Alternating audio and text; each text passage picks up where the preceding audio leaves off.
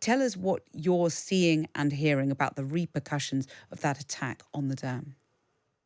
It's a crime of ecocide. It's the biggest environmental crime in the history of Europe for decades now.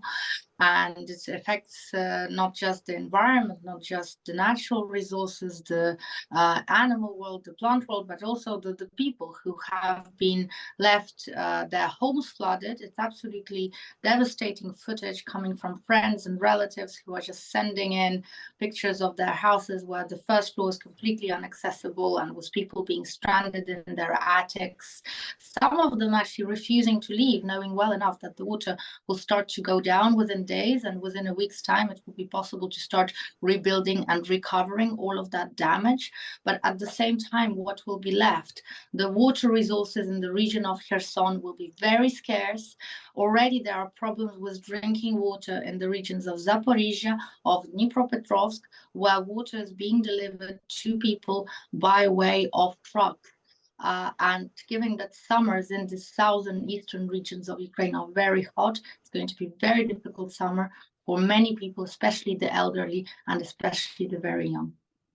Well, and President Zelensky has said that in more than 40 settlements, life is broken, as he puts it.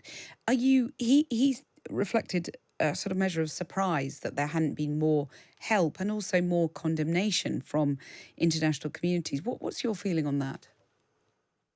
Well, yesterday, President Zelensky actually held a big conference, online conference, with leaders of international environmental NGOs, and reactions followed, but only after there has been a direct contact with the president of Ukraine. For me, this is also very surprising because environmental NGOs should be well aware of the particular conditions of the Kherson region, knowing well enough that Ukraine has the largest desert in the whole of Europe. And courtesy of Russia, that desert is just going to increase. I'm not prepared to say how many times, but we're talking about up to 1,000 kilometers squared of fruitful agricultural land being turned into a desert, essentially within a fortnight.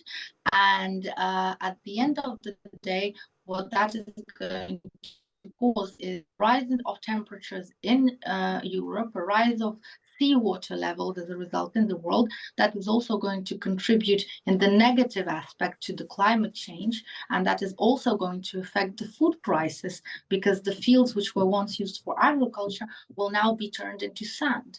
And biodiversity wise, meaning that the whole species, up to 300 species of plants and animals, might never be able to recover. I mean, the impacts globally, environmentally, first of all, and then having a chain reaction towards other processes, they are huge. And there should have been a reaction from big organizations such as the WWF, such as the Greenpeace, such as other environmentalists. There should be a reaction also from the UN, which at the same time when the dam was being blown up, the UN at the same time was celebrating Russian Language Day. Well, and, I was reflecting on this frustration from your president that the EU, the UK, the US haven't been more clear about the fact that Russia was to blame. That has been in dispute, hasn't it, until now? But today, the EU foreign policy chief says that everything indicates Russia is behind this attack on the dam. Are you reassured by that? Did it take too long? Investigations were ongoing. Ukraine was immediately very open. Our prosecutor general started gathering the facts. We invited all members of the international community, all UN agencies to come and be present on the ground and be able to assess the situation as far as they could, given that the area where the dam is located and where the explosions happened is actually under Russian control.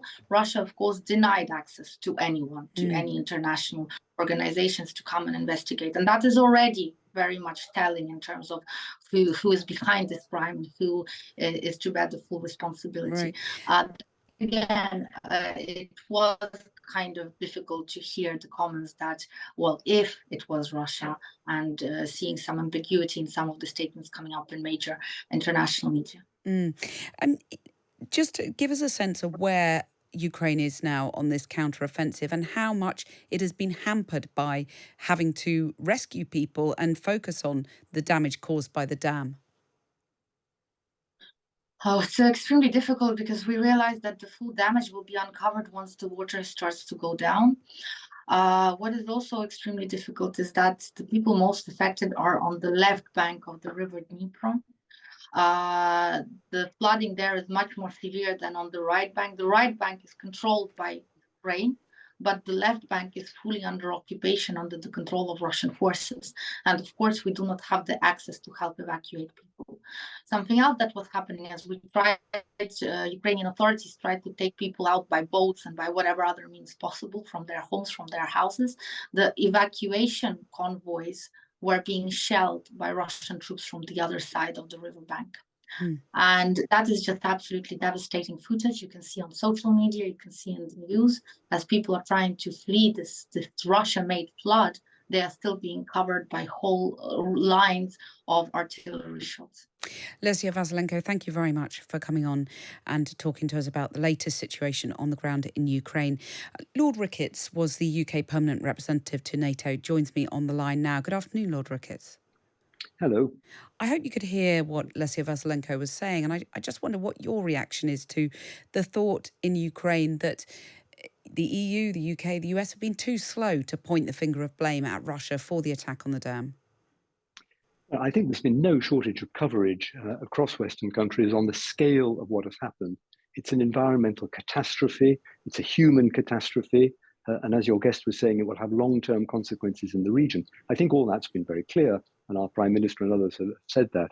I think attributing it absolutely squarely to Russia, I guess people are waiting for more evidence of that. Evidence is always hard to find in these cases. We remember the blowing up of the Nord Stream 2 pipeline. That's still not been fully assessed on one side or the other. I think personally, there's no doubt that this was Russia. You just have to look at who it benefited. And the only possible benefit is that it has made part of the front line downstream from the dam impassable for the Ukrainian offensive for some time. Yeah. It hasn't benefited Ukraine. It hasn't benefited the people of the region, Russian or Ukrainian. So, the circumstantial evidence points very clearly to Russia. I suppose leaders are waiting for something a bit more concrete than that. But the condemnation will come. The immediate effort to help those afflicted by the disaster has been the first priority, I think. Well, and has this really had, or will it have, a pretty damaging impact when you talk about who benefits from this? Is it becoming much clearer that it's going to really jeopardize or slow down the counteroffensive that Ukraine was just, we thought, beginning? First of all, it's an enormous distraction for the authorities in Ukraine to have to deal with this massive environmental disaster as well as their offensive. Secondly, yes, it makes part of the front line impassable to the attacking forces. That, in a way, seals it off, at least for a time. It allows Russia to concentrate its defenses on other parts of the front line. So in the short term, it can only benefit Russia from that sort of very cold strategic point of view. Over time, that will change, but it does probably complicate the various options that the Ukrainians had as to where to mount their offensive. Right. So you think, can you get any sense of the sort of shape the counteroffensive might take from here, or is it too early to say? Well, I think it's only just beginning. We're seeing a lot of reports of where the fighting is intense. It's all in that southern eastern region, the Zaporizhzhia region, presumably aiming to try and drive a wedge into Russian-controlled territory, and with the aim potentially of cutting Crimea off from road and rail links to the rest of Russia. That's a pretty ambitious thing to try and do. It's, of course, always very hard for attacking forces against well-defended front lines, and the Russians have had months to prepare their front line. So the Ukrainians are going to find it very uphill, but clearly it's on the way, and they'll be probing to see where there are areas of weakness that they can try and exploit. Well, and, Russia today is, again, reiterating that it's sending tactical nuclear weapons to Belarus, something that Vladimir Putin has long promised. How great is the risk now of an escalation? I don't think we should be spooked by that.